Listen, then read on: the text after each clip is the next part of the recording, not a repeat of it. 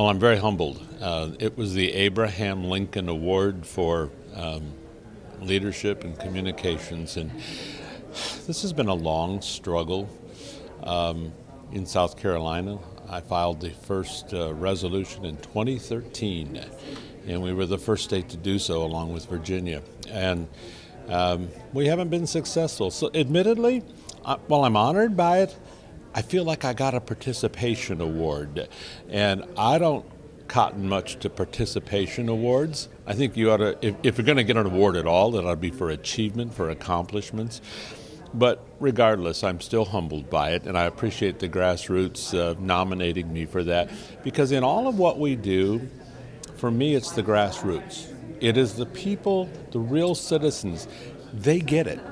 They're ahead of the legislators on this. I mean, they really understand why we're doing this, the need to do it, and so I count on them for everything at this point. So they nominated me, I got the award, very nice, but the real mission's ahead. In 2019, we're going to pass the Convention of States resolutions in the South Carolina legislature.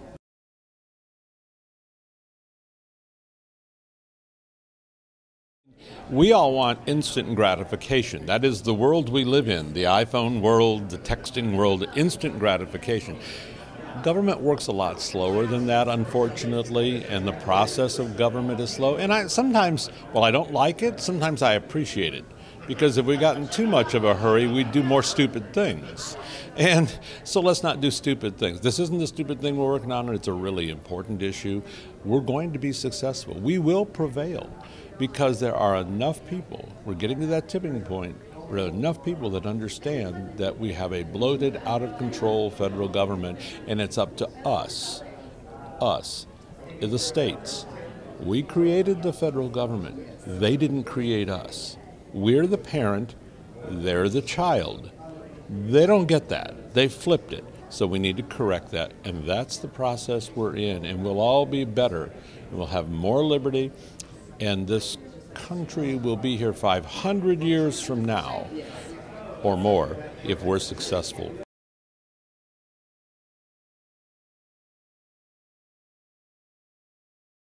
It's very important that people be engaged in their government and not just be passive about that. As you were asking me that question, you used the word civics, and I think, what a quaint term. I mean, you don't hear about civics lessons anymore. Everybody just shows up with outrage or whatever, instead of understanding what history is, what the perspective is on things, and being adults in the room and really pushing forward with their beliefs in a right way. You know, in South Carolina, we're a very conservative state. Even the Democrats are very conservative for the most part, not all, but most. And my concern is the obstinate folks that are on the right of all of this, who object and can't give me a good reason why they object, except we're going to, quote, shred the Constitution. Nonsense.